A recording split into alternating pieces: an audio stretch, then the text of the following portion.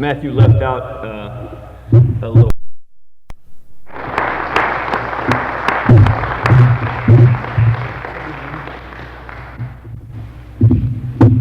Hey, Dave. Matthew left out a little part. Afterwards, we always go out to eat.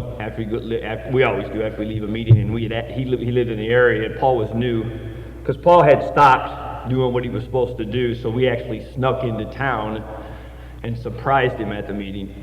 And so we'd asked Matthew where there was a good place to eat, and he told us where to go. And we tried to coax Matthew to come with us, because that's what we do in the program. We take the newer people and say, hey man, come with us, this is how we do it. No, that's all right, I ate earlier.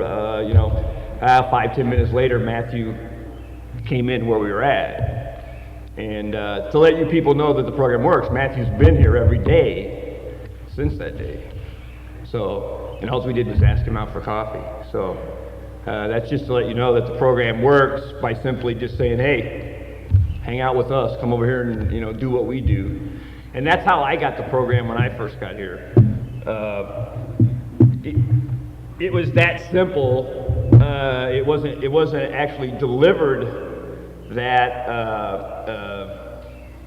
gingerly, but it was that simple. I was given a choice to or not to go or to stay or whatever. And at that point in my life, I wasn't a real good choice maker.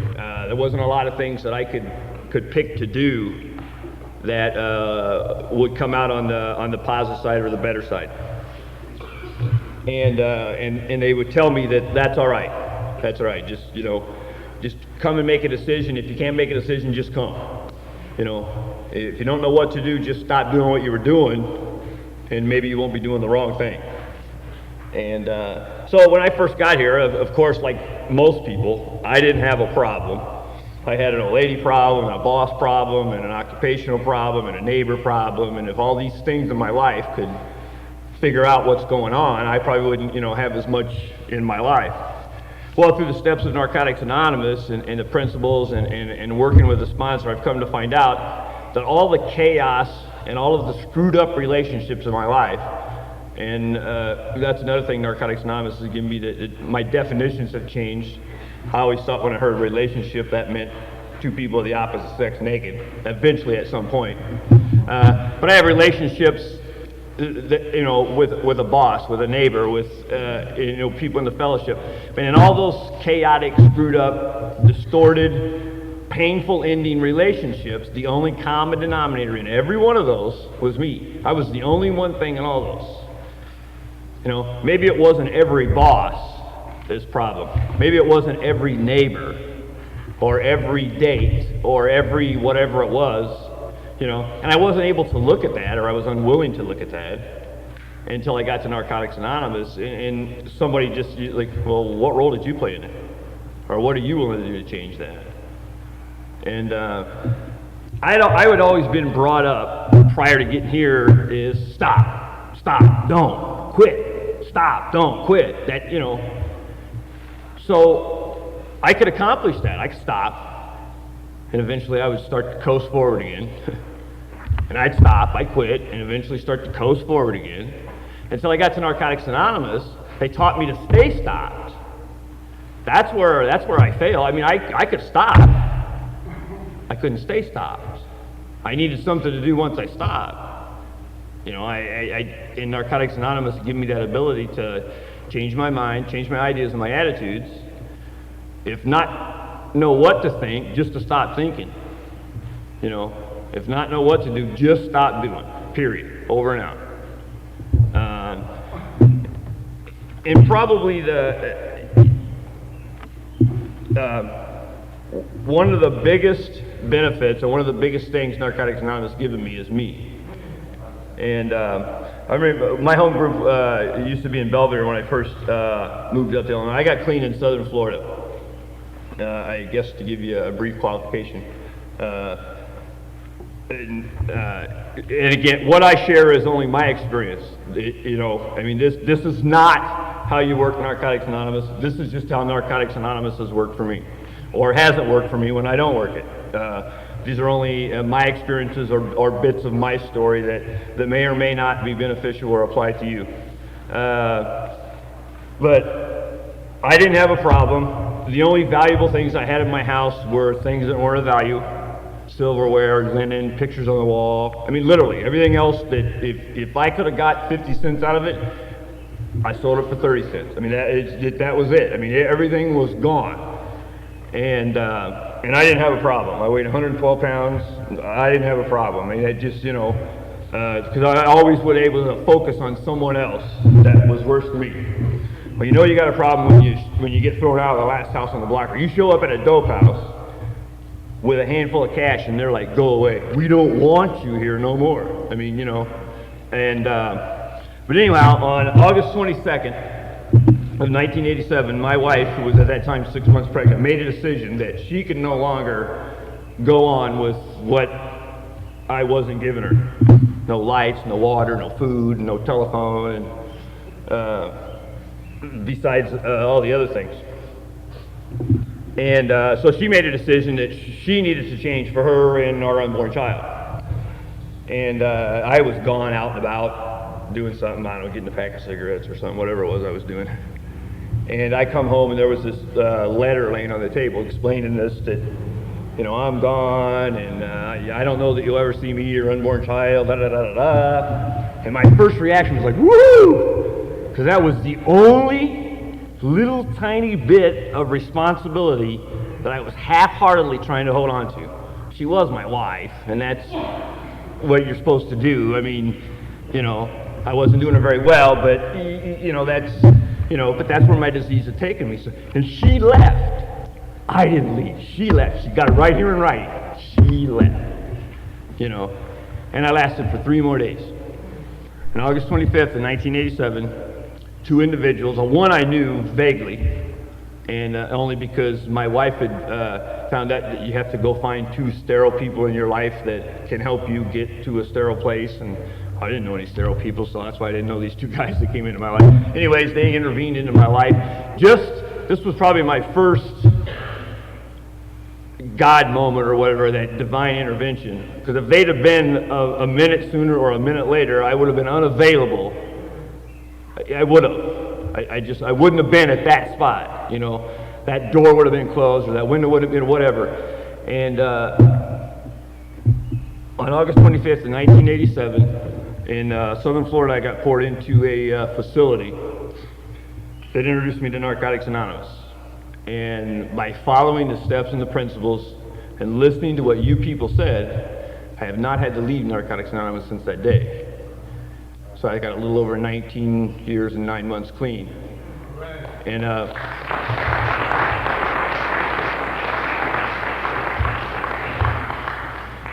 I share that for 2 reasons. To acknowledge that I got it and to give myself a reward for that, because it is an accomplishment for me to do that, and to let people know that it's possible, no matter what has brought you here, no matter what has happened to you, whatever you're thinking, feeling, no matter what, you never ever have to experience that again. Never ever have to experience that again. And when they told me that, I'm like, man, you just don't know. You didn't have happen to me what happened to me.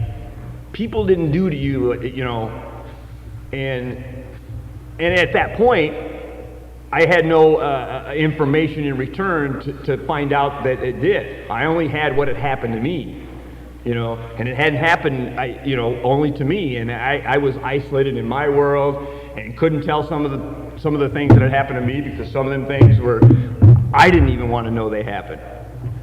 And like I said, when I started sharing in Narcotics Anonymous and started hearing other people share in Narcotics Anonymous, some of you guys had things worse happen to you, were sicker than me, and or more traumatic things, and was here, and had been here before me, and had stayed here. So I mean, that gave me the hope, or the at least the glimmer that, well, man, if they've done it for a month, I can get through this day, and or this week, or whatever it was that at that moment I was struggling with, whether it was the day or the moment. And in the beginning, it was the moment. I mean, I struggled to get from here to here, because to do that without some kind of assistance, it was very difficult, because I always had to have some kind of assistance. And I come to understand in Narcotics Anonymous, in the beginning I thought I had a drug problem. And I come to find out that I use outside stuff to make the inside stuff go away. And then I found drugs. And that made that stuff go away quicker and longer at times. And I used that for a long time. And after a while, that didn't work. So I had to start doing other things that were morally and physically and mentally not acceptable of what I was taught or believed or whatever, to stuff what I had created. And when I think of that or picture that, I think of like a dog chasing his tail, and the only dog that comes to mind is the Doberman Pinscher. He'll never catch his tail. There's no tail there to catch. It doesn't exist, but he'll run himself to death. Maybe, just maybe, he might get it. And that's what I did for years, thinking that maybe, just maybe, this will be the one that, I'll get out of it this time, or this will be the one that land it and I don't have to go through it again. I went through that period of praying, please, God, let this be the last knot. Please, I no longer, and it'd be so angry that I came to, because now who can I get close enough to screw that I hadn't already screwed? I was running out of people to, society didn't want me, my family didn't need me. I mean, they started planning Granny's birthday parties and anniversaries in secret so Dave wouldn't find out. Because if Dave was there and found out, there was going to be a fight, there was going to be purses ransacked, medicine cabinets fumbled through. I mean, it was just a fact of life. No matter where it was, if he found out and he was there was going to be a family problem every time. And things like that happened, and it was always them. If they just wouldn't, if they leave me alone, if they wouldn't treat me, And in Narcotics Anonymous, you people through the love and compassion and the understanding and giving me the opportunity to find me, I've been able to work through all of that. Mike T. in Belvedere at this meeting, that's where I was going with this, and hit a fork in the road. I do that, and I don't just happen to me. That's how my brain works. I mean, that's just who I am. I don't go off on those tangents. That's just me. I am a tangent. And I was at a point in my recovery, man. It's I came here. It's I needed a place to live. I needed transportation. I needed a job. I mean, there were certain things that I came seeking. Now I knew that I couldn't, come here and Narcotics Anonymous was going to give me a set of car keys and a house, and I knew that. I was intelligent enough to know that. But those were the things I was seeking. I was here to seize and please the things I had lost or abused, or given away. And he stood up right to me and told me, we can't give you that. If that's what you're here looking for, you may be in the wrong place. However, the one thing that we can give you is you. And I think for the first time, at that point I was 25, and in the 25 years I existed, I truly knew what fear was. Because I was terrified of me. I had tried to avoid me for a long, long time. Through all that stuff that I shared about. No matter what it was, I mean, I tried to stay away from me. One whatever at a time, one moment, 1 minute, one step, one run, whatever it was. And at points of my life, I was able to do that briefly. Stay away from me or get far enough away from me to where I didn't affect me. And it got to a point where, and I'm like, man, it can't be that simple. It's like one of them Zen Quan things. The only way to get out is to go in, but to get in, you got to get out. And it is. I mean, it's that. The only way I can get out this stuff is to go in, but the only way I can get in there is to get that stuff out. And it sounded complex only because that's what I heard. I heard it complex because that's the way I think. And that's how we think. there's two ways we can look at everything. There's a piece of cardboard with 56 sticks with red asbestos heads on them on little sticks with an asbestos front stapled together. You got to close and turn it over to strike it. Or it's a book of matches. That's how I looked at it the other way. Everything was complex, detailed. It couldn't be that simple. You know, as Sharon earlier, it's like I'm always doing this, looking for the solution that I've asked for, the prayer that I have, and I'm moving the answer to find this, and it's been there all the time. And my wife's been clean the exact, well, she actually has 3 days more clean than me. She couldn't hang. She had to quit before. Thank God. She never, she didn't make any decisions for me. She made decisions for herself, which ultimately made me humble myself and make decisions. Yes, dear. Absolutely, dear. But, no. And, then I went off on those tangents, forgot where I was going.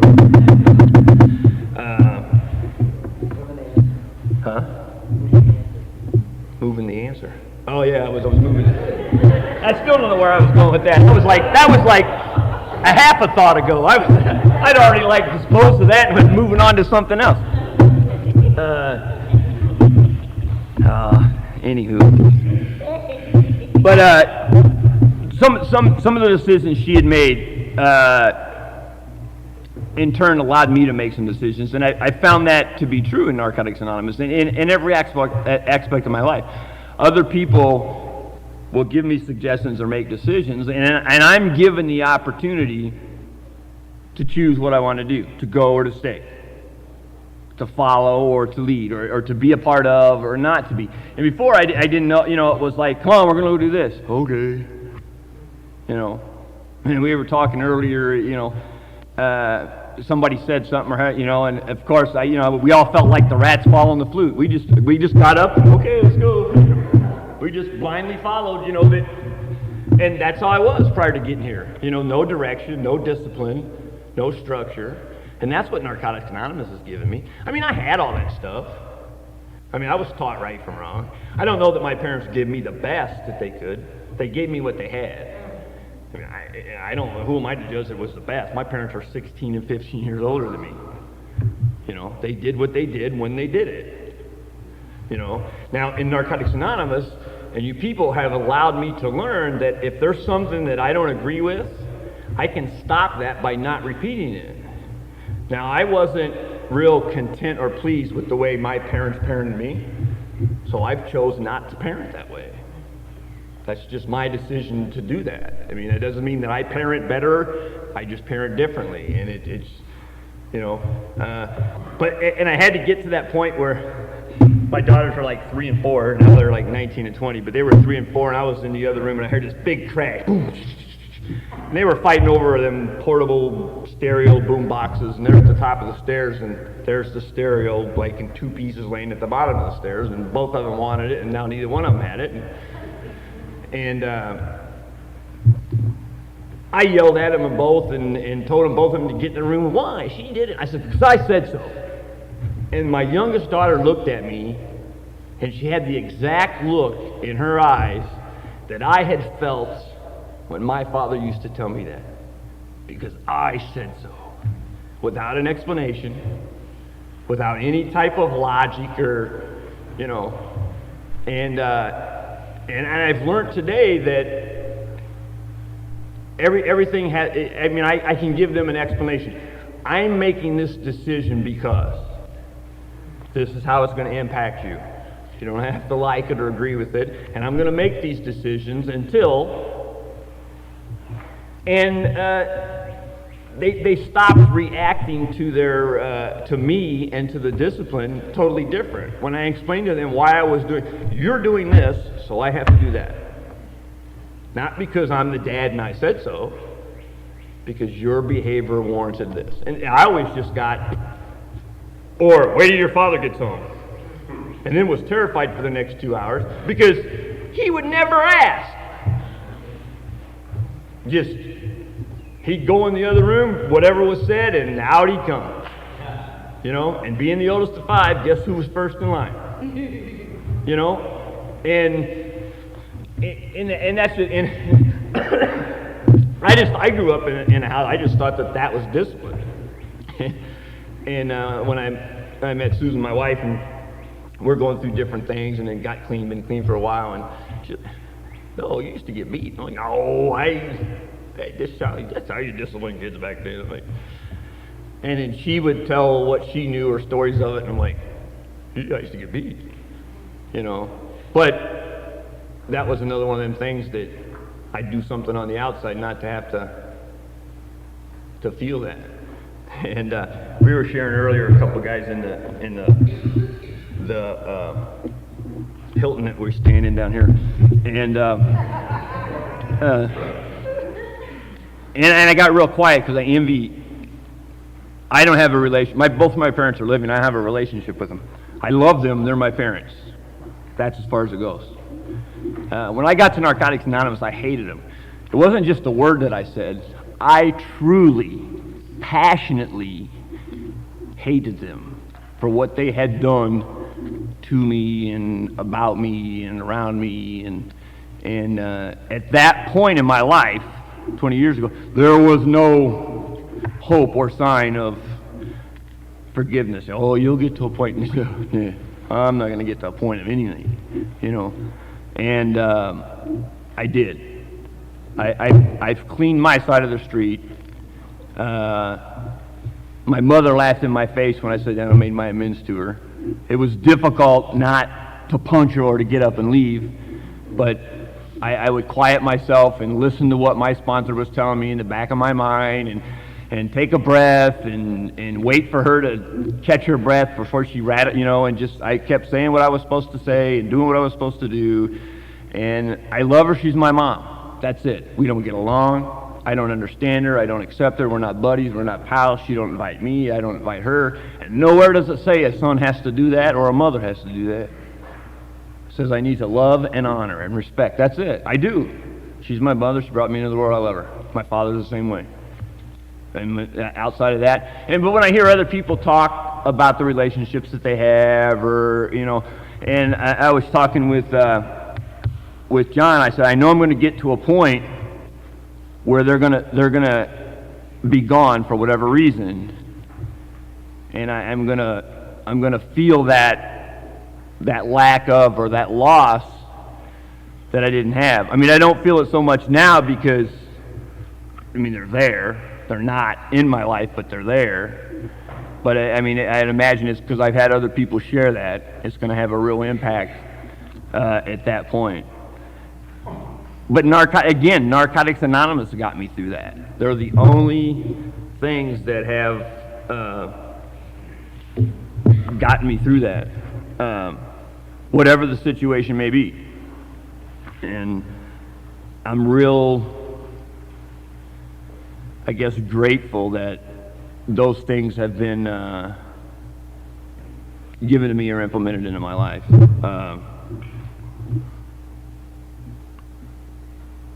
I've had a lot of probably more, well, I know I have, more legitimate reasons to use since I've been clean than I was using when I was using. And I mean, I used to say that and hear the last, and I used to joke too, but I mean, there have, you know, when we get here, we had those reservations for some of them things that are like, wow, if that ever happened, whew, I better save that, because that's like the ultimate. I don't know if I could, you know, and some of those things have happened, and I've been able to take them and get through them, and which has been a surprise, but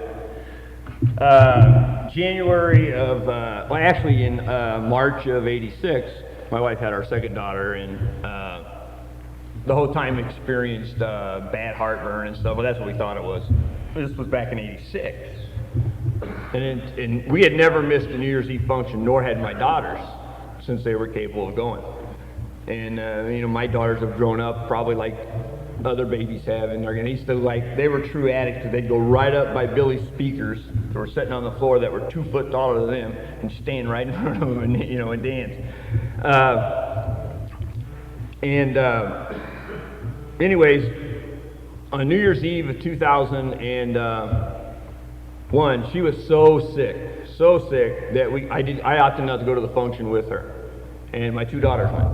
And because they, you know, they had grown up and met friends in the program, so they were going. And she got so sick that I ended up taking her to the emergency room. And of course, it's like 1 o'clock, 1:30 in the morning, and it's a holiday weekend, and I'm like unshaven. I just throw on my boots and my jacket, and you know, I go in there, and she is like ghostly, ashy white, and hadn't taken a bath. And Jeff has always taught me, Jeff's my sponsor, Jeff B. He has always taught me to be able to withdraw myself out of any situation I'm in, good or bad, and see what role I am playing in it or what role I can play in it.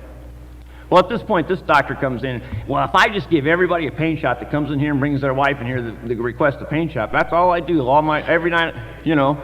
And my first reaction was like to get angry, get pissed, and like, hey, you know, you haven't been sitting at home with her for the last 6 hours holding her hair out of her face while she's throwing up in the toilet. You know, that's what I wanted to tell him. And I took that moment and I, you know, and it did. It looked like some biker dude taking his old lady in, bringing her, you know, that's what she looked like. That's what I looked like. That's what he judged us on when we walked in there. And I politely asked him, I said, is there anything you can do to see if you can find out what's wrong with her? Well, there's possibly we can do this one test, right, you know. And they, of course, they did this test and they come back and they had identified a spot or a shadow in her head, and then they wanted to do another test to, like, I guess, what's the word I'm looking for? Verify or clarify. Well, then, of course, you know, he's in and wanting to, you know, shine my boots and kiss my ass and all this. All he apologizing and telling me, you know, and then telling me that I've treated the people like you and it's a great thing, you know, and, you know, and he may have, I don't know. I mean, it's, you know, and that was him to decide, you know, it wasn't for me. So they ordered, he had an emergency one, that was it. Hey, I'm thinking of that movie, man, My Cat's Okay. What? My cat's okay. They scanned my cat, it's okay.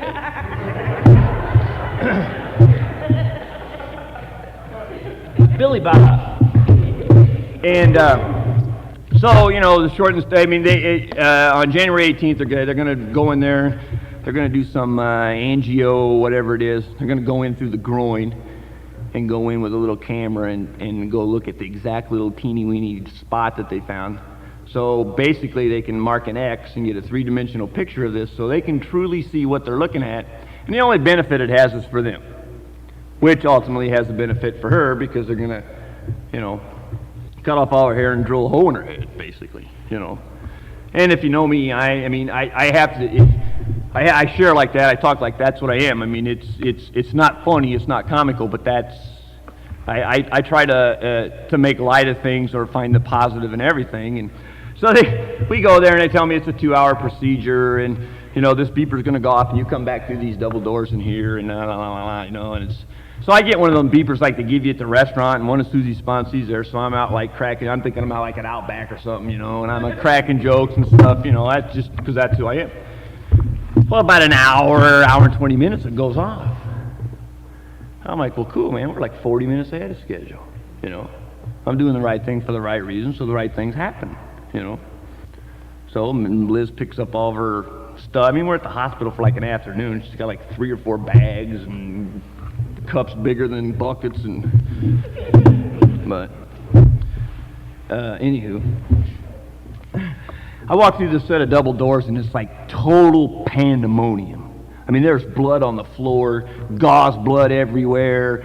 The nurses are bawling, and she's flying down the hallway on a gurney, man. And the doctor says, we're rushing her to critical cardiac care unit.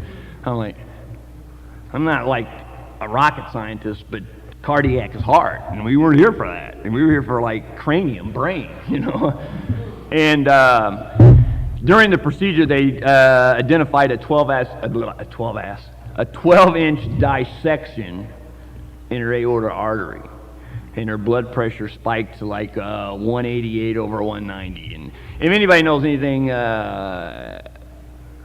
come on, help me out. Anatomically about the body, the heart has like 4 valves or whatever in it. You know, like when you rip a T-shirt and it stops right there around that. That's the only thing that kept it from ripping into the heart. It hit one of those V's in the valve and it stopped it from ripping because it hit like that thicker material. And to look at her, she looked just like us. I mean, she's sitting up in the bed, and and every time she coughed or sneezed, everybody would be like, because her restrictions was not to do anything that would elevate her blood pressure. I mean, okay, don't cough, don't sneeze, don't fart, don't shit. I mean, what can you not do that, that would not do that? And this is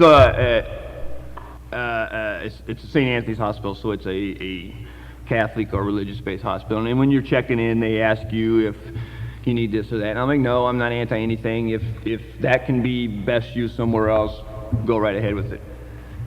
So I knew I was in trouble. I mean, there's like a rheumatologist, a cardiologist, a neurologist, all kinds of people there, a nun, and like I said, I'm a redneck hillbilly from Southern Illinois. When I got here, my vocabulary consisted of 4-letter words. Not 4-letter dirty words, just 4-letter words. That's what I had become. That was my mentality. I was a truck driver by trade. I wore cowboy boots that were pointed to the point, and a ball cap that was curled down over my face. You did not see me. Even if I looked up at you, you did not see me. That's who I was. That was the image or the mask that I portrayed. I can remember being at a meeting and some little old lady at an African meeting, why don't you just take that hat off? I couldn't. I mean, I physically couldn't. That was the last of me to go. To reach up and take off that, then what was I going to hide behind? Then you were really going to see me.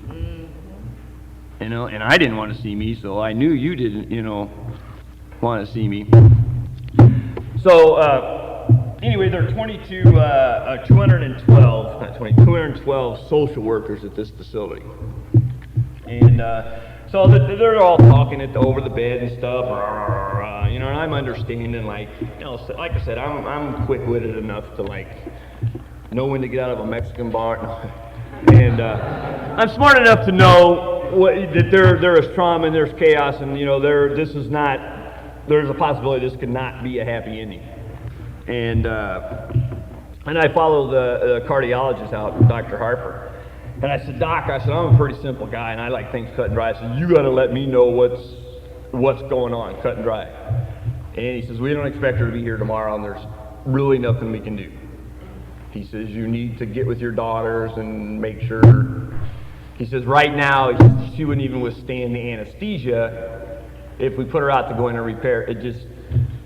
He says, there's nothing we can do.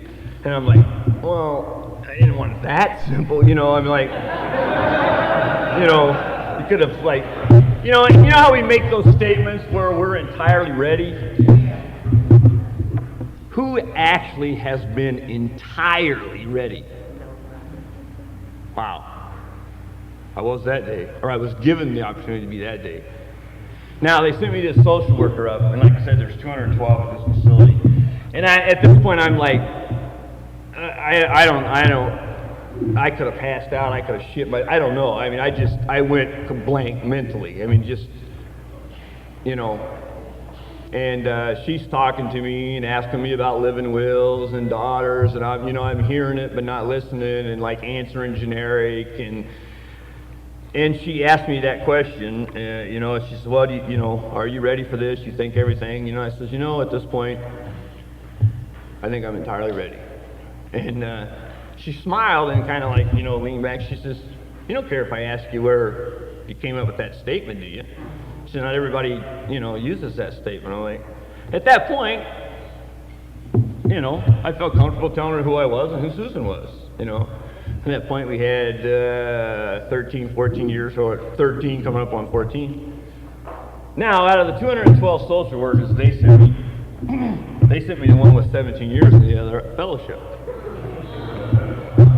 So she understood exactly how I think, feel, behave, react, wanted to react. And it might be a coincidence, it might be a God thing, it might be a divine, I don't know. Because my agreements have changed over a lot of that stuff, and it's what happened in my life at that point. I was truly put in a position to be entirely ready. And that's the kind of addict I am. In every aspect of my life, I have to be whipped into a position to be either entirely ready, or willing to change. I can't change if it's half broke or 2/3 the way broke. I gotta wait until it's completely unmanageable and out of control. Totally chaotic in every aspect of my life, and just everything falling apart and affecting other people. Okay, we'll think about changing it. We'll make some kind of adjustment, And I guess to finish that story, the dissection's 9.5 inches. They still won't do anything until it gets under 6 inches, because the risk of going into repair is still greater than not. So they coiled the 2 aneurysms, and her restrictions are still not to do anything that would elevate your blood pressure. So, and like I said, you get to that point where I was forced to truly live moment to moment, to become entirely ready. And the one thing it did is it brought me a lot closer to my 2 daughters. It gave me a relationship with my 2 daughters that, see, I was the good dad. The icebox was full, the lights were on, they had the widescreen TV in every room, video games, cars, everything we wanted, needed.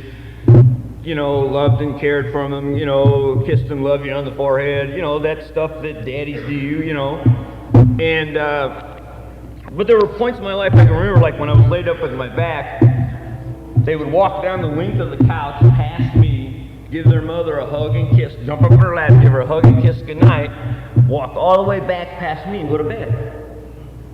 And the first couple times that happened, I'm like, as they walk by, so they don't interrupt the TV.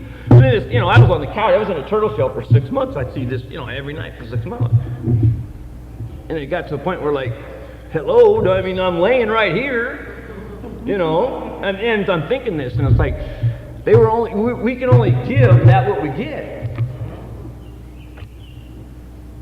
I wasn't giving them a hug and kiss and telling them I love them. They knew it. I was their dad, the icebox was full, they had,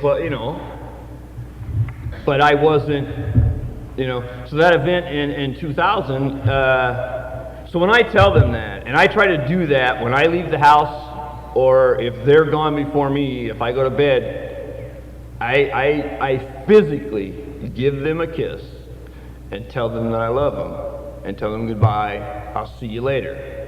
Because I never know if that's going to be the last opportunity I get to tell them that. I have no regrets today.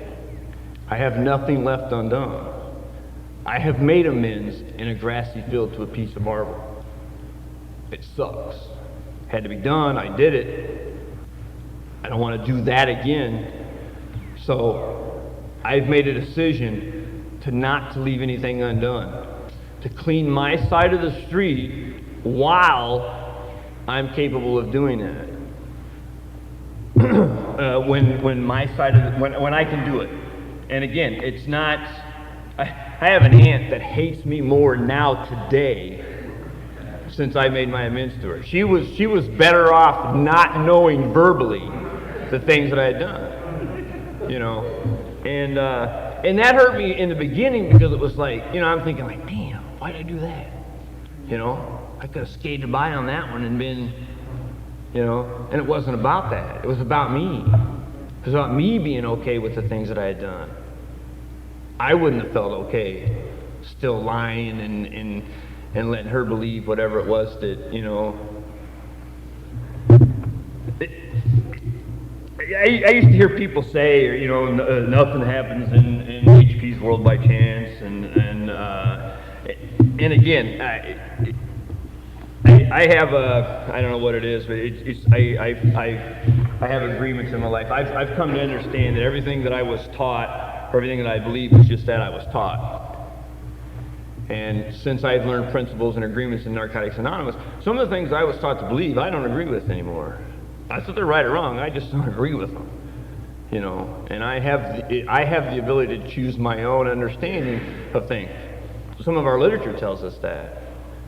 To my understanding, the God of my understanding, the power, my understanding. So I've been able to do that, and I can implement it in other aspects of my life. to do what works for me. I can't see I don't have my glasses. What time is it? I don't have a watch. 8:08.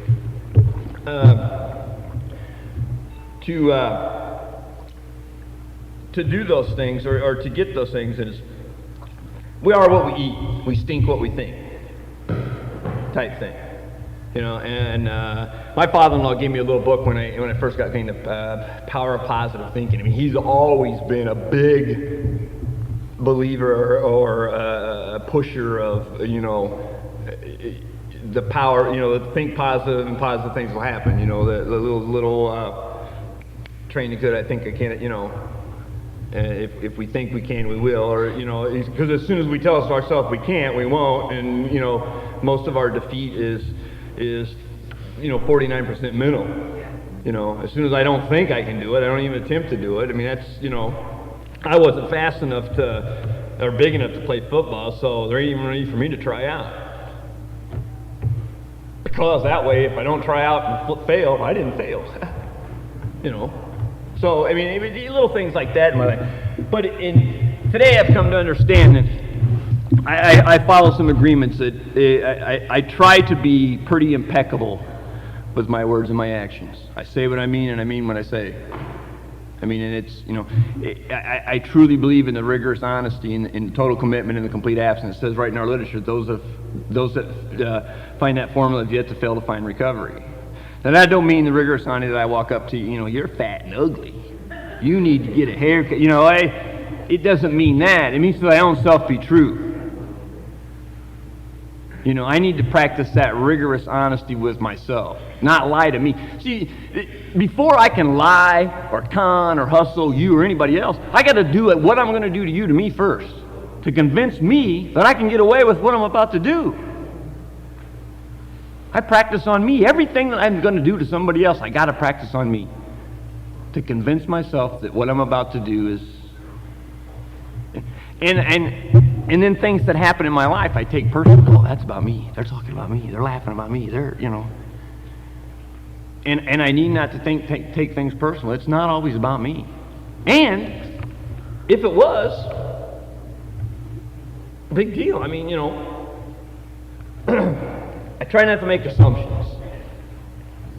And I know there's some little term or some people say about that, but I don't assume. I'm the kind of guy, if someone tells me, man, did you hear what, or so-and-so, I'm going to so-and-so and ask them, hey. And I'm not going to say, I heard. I'm going to, hey, John B. told me that you said, you know, I want to know what's going on. I mean, that's who I am. People know that's who I am. And, you know, there ain't no need to, you know, and most of the time I get the right answer, you know, because I need to know up front. If I'm doing something that's harming you or making you uncomfortable, you need to let me know. I don't know to change that if you don't tell me. I like to click pins. Nanner hates it. And I don't do it to irritate her, but all she has to do is say, David. I automatically know what, you know, it's one of them nervous habits I got or something, you know. But until she said that, she'd sit over there and just, you know, until she realized all she had to do was tell me, stop. And I would. You know, and it can be that simple. It's that little how some of the things are. And if you don't tell me that, hey man, I feel this makes me uncomfortable. You know, Narcotics Anonymous is giving me that again. I mean, that, you know, and I get probably my favorite one, doing the right thing for the right reason.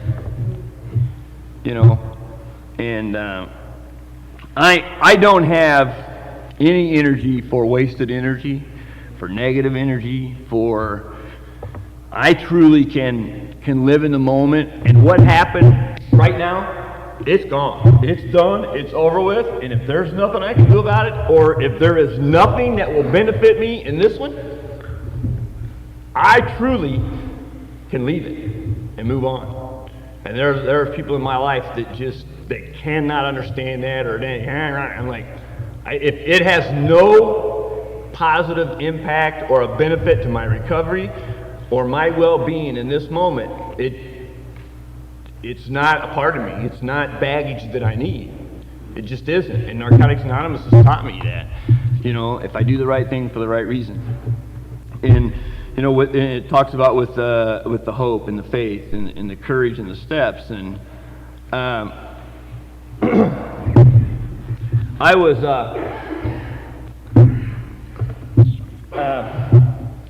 kind of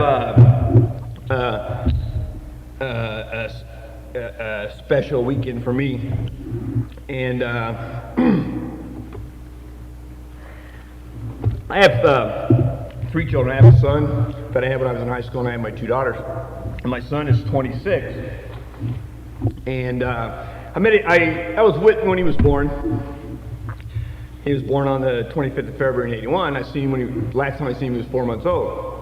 The next time I seen him, he was 8. He had turned 18 in February, and I seen him that July. Stretch had moved over here, and I'd made the decision to come over and spend the 4th of July weekend with Stretch up in South Bend. Paul, I know him as Stretch, so.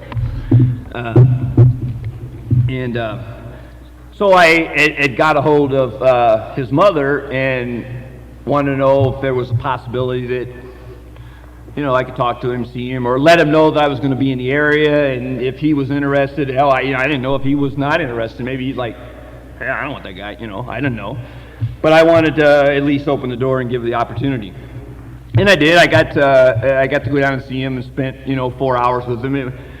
It was awkward for me. It was probably just as awkward for him. I mean, my wife and 2 daughters were there. His mom and girlfriend and brother was there. And it was kind of like there was probably more moments of silence than there was moments of conversation. And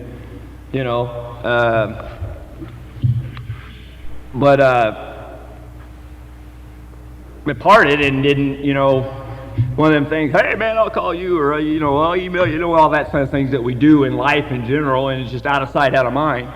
Things go by the wayside and don't happen. But I had never, since February 25th in 1981, had never disbelieved that this too is possible. So I want to emphasize that, especially for the newcomers. You may not believe that this works. You may not understand what we have found. Don't disbelieve it. Don't give up hope, because you just never know when that moment's going to happen. And sometimes it's going to be BAM! And sometimes it's going to be psst. You just don't know. And on December 31st, this New Year's Eve, I can't remember if it was, I think it was right before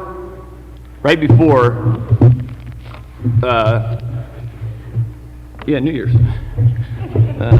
You're slipping, man. I was looking for you I just said it. I just said New Year's and then forgot what I said. And I was looking for aren't you like, what do they call that? Like the little person that hides down in the hole on stage. See, now I went on one of them tangents and forgot where I was.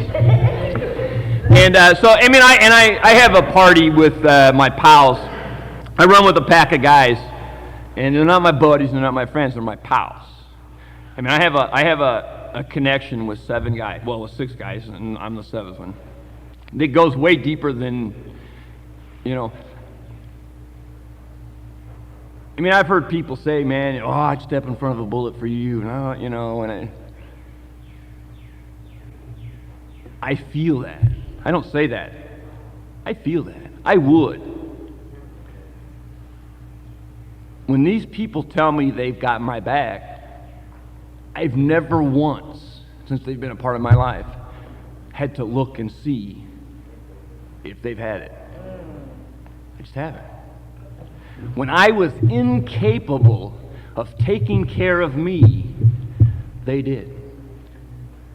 Whatever it was that was going on with me or in me, when I was physically incapable of moving because I was in a turtle shell for 6 months, and going to the bathroom was an afternoon event. My yard got mowed, my driveway got shoveled. My Christmas lights got put up, got taken down. Nobody had to say anything. No welcomes and thank yous or can you or will you. And I never had that prior to Narcotics Anonymous. Never. Not even with my own brothers. I'm the oldest of 5. You know, my relatives call me, and there's only 2 reasons in the last 20 years they call me: for funerals and money. And that's it. That's honest. The last 2 times in the last 5 years, I live 300 miles, less than 300 miles away. I've been home for funerals. And halfway through it, I'm like, man, I hope they hurry up and get him in the ground because I gotta get, it's that for me and where I came, it's that bad. And but they do. I mean, they have taken care of me, and they always and Stretch. Stretch doesn't. There isn't anything Stretch don't know about me. There just isn't. I mean, that relationship, sponsor-sponsee, goes well beyond.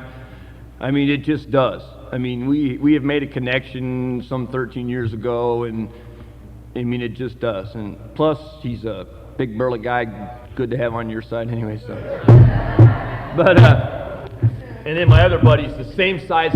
They're like identical, but he's bald-headed, so I can be pretty big when there's one on each side of me. No, but and he always told me, because I mean he's always known about Andy and the stories, and he'd always just tell me, man, it's like you never know, man. Just don't give up hope. Just don't give up hope. And like I said, on New Year's Eve of this year, he called me, like out of the blue. I mean, I answered the phone, and it's him. I ain't talked to him in, at that point, 6 years. And there probably hasn't been. I know it has a week hasn't went by since then that we haven't talked on the phone. I got to go in last Sunday to the city. He was like in for like a work thing, and asked me if I, come in and spend the day. Yeah, I mean, I'm 77 miles away. I mean, I've always known where he's been. I live 3 hours from here. Well, 4 hours because you guys live in another time zone. So but it's neat going home because I get to pick up an hour. But it's not like I stalked him, but I always kept an eye on him, hoping that someday, whenever that day may come, if it ever came, And again, Narcotics Anonymous has given me, if I don't disbelieve, if I don't give up hope,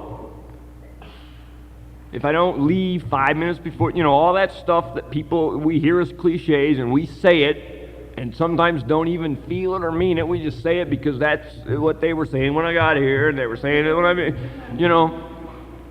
feel some of that stuff.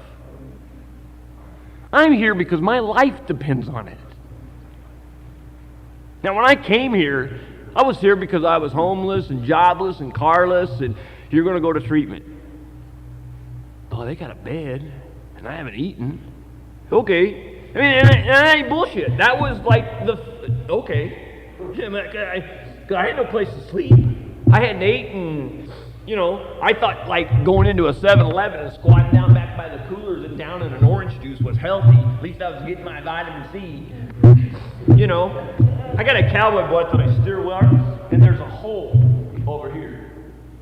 It hangs in my closet on the wall to remind me of how little I mean, there is literally 7 inches between the set of holes and the hole that I had to poke in it to keep my pants up.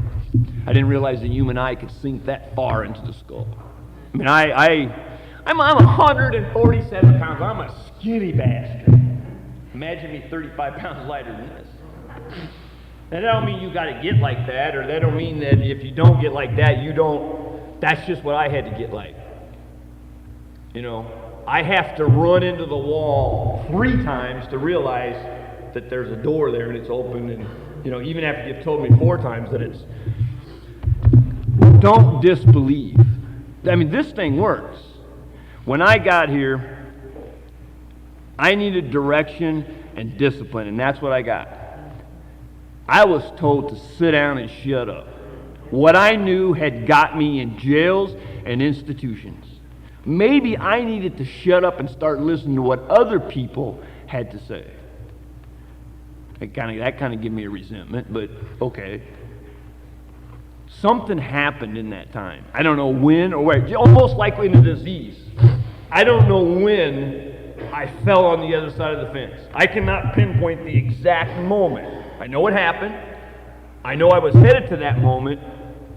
The same way with the recovery. There was a point that something happened. That I no longer just was here to be clean. It was more than that. It was more about just not using drugs. I needed to change. I wanted to change everything. I wanted everything in my life to be better. Everything. Everything. And my responsibility is from the fingertips back. Everything outside of that is not my responsibility. I have no control or power over that. What I allow in here is, you can't make me anything. I can allow you to. And everything outside of here is replaceable. Cars, money, women, children, houses, job, all that stuff can be replaced.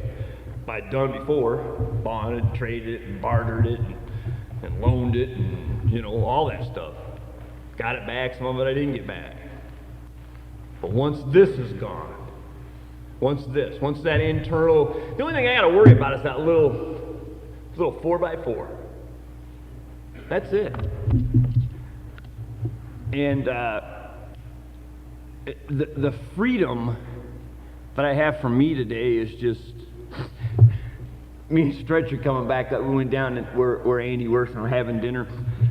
And I just love the way we leave here and it rains all the way to Wabash. We get there and the sun comes out and we're cooped up in the restaurant for 3 hours. And we get back on the bike and it rains all the way back in the dark, But I'm coming back, I mean, it ain't raining hard and stuff, but it's raining, and I'm like, I was pretty content, man. I was okay. And I'm doing what I enjoy doing, who I enjoy doing it with. And right now, this very moment, there is no other place that I'd rather be than where I'm at. Right this moment. And I never had that prior to Narcotics Anonymous. I didn't want to be where I was, where I had been, or where I was going. I wanted none of that.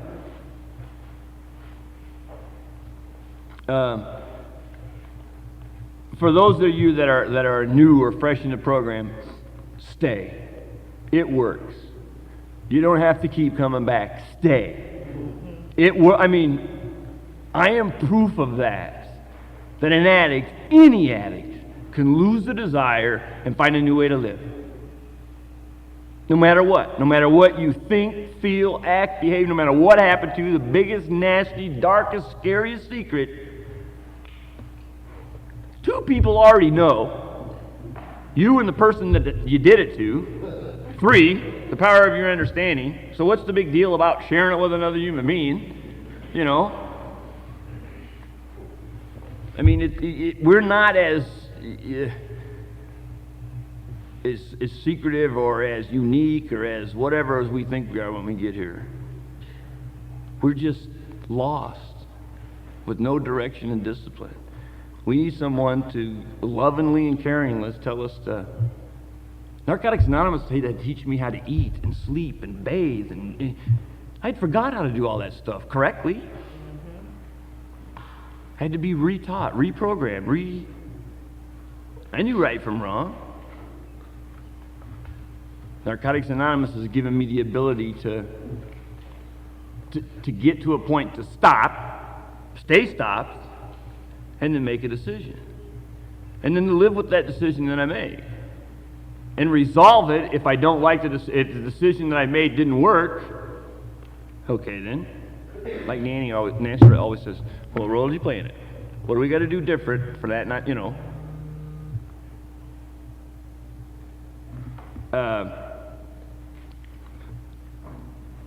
The only thing that I ask is, and I don't know if this may not be for you. Narcotics Anonymous is not for everybody. You know, I didn't think it was for me.